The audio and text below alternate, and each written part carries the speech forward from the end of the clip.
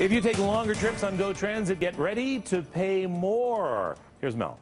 That's right, Kev. This fare hike could be put into place in just over 2 months from now. Metrolinx considering a 3% increase, but only for those longer trips. Now, the jump would be for adult fares that are currently priced at more than $5.65. And a look at what that would mean for riders. So a trip between, say, Union and Cooksville would go up by 20 cents. If you're using Presto, it would be a 17-cent increase. The ride from Union to Georgetown would go from $11.10 to $11.45. Going from Union to Oakville would jump by a quarter, and you'll pay 20 cents more going from Union to Rouge Hill. So what do riders think about this hike?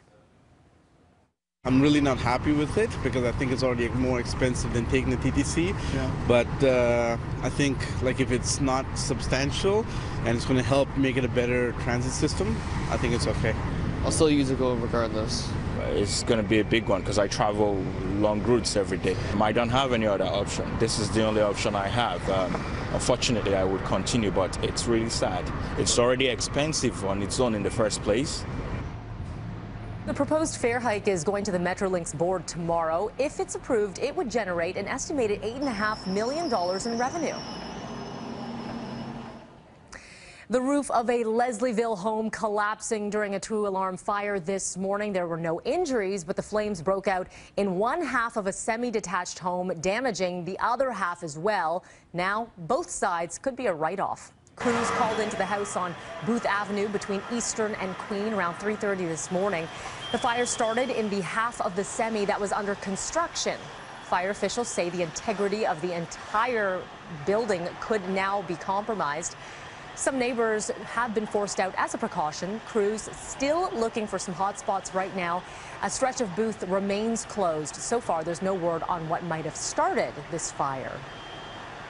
Well, a teen is lucky to be alive this morning after somehow losing control of his car while exiting the 401 and then launching into a car wash. This vehicle now a complete write-off. Have a look at this. So this is what's left of the mess. The car landing on its side.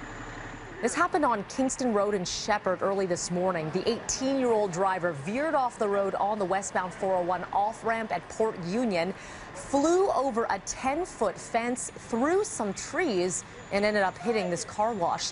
Just minor damage to the business here, but have a look at that vehicle. The teen rushed to hospital with just an ankle injury.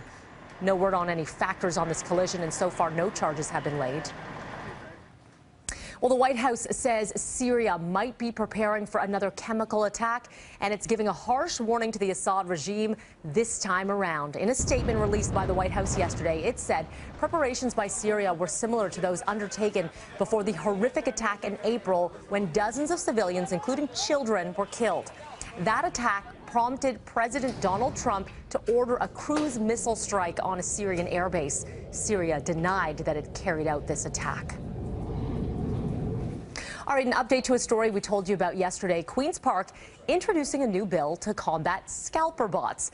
But don't expect relief anytime this summer. The legislation will not be introduced until the fall. So the province has announced that once the law comes into effect, it would ultimately make buying, selling, or using tickets from bots illegal. It would also add transparency to ticket resale websites. They would have to disclose the original face value and location of the ticket. Resale tickets would also be capped at a 50% markup. Last year alone, Ticketmaster banned over 5 billion bots.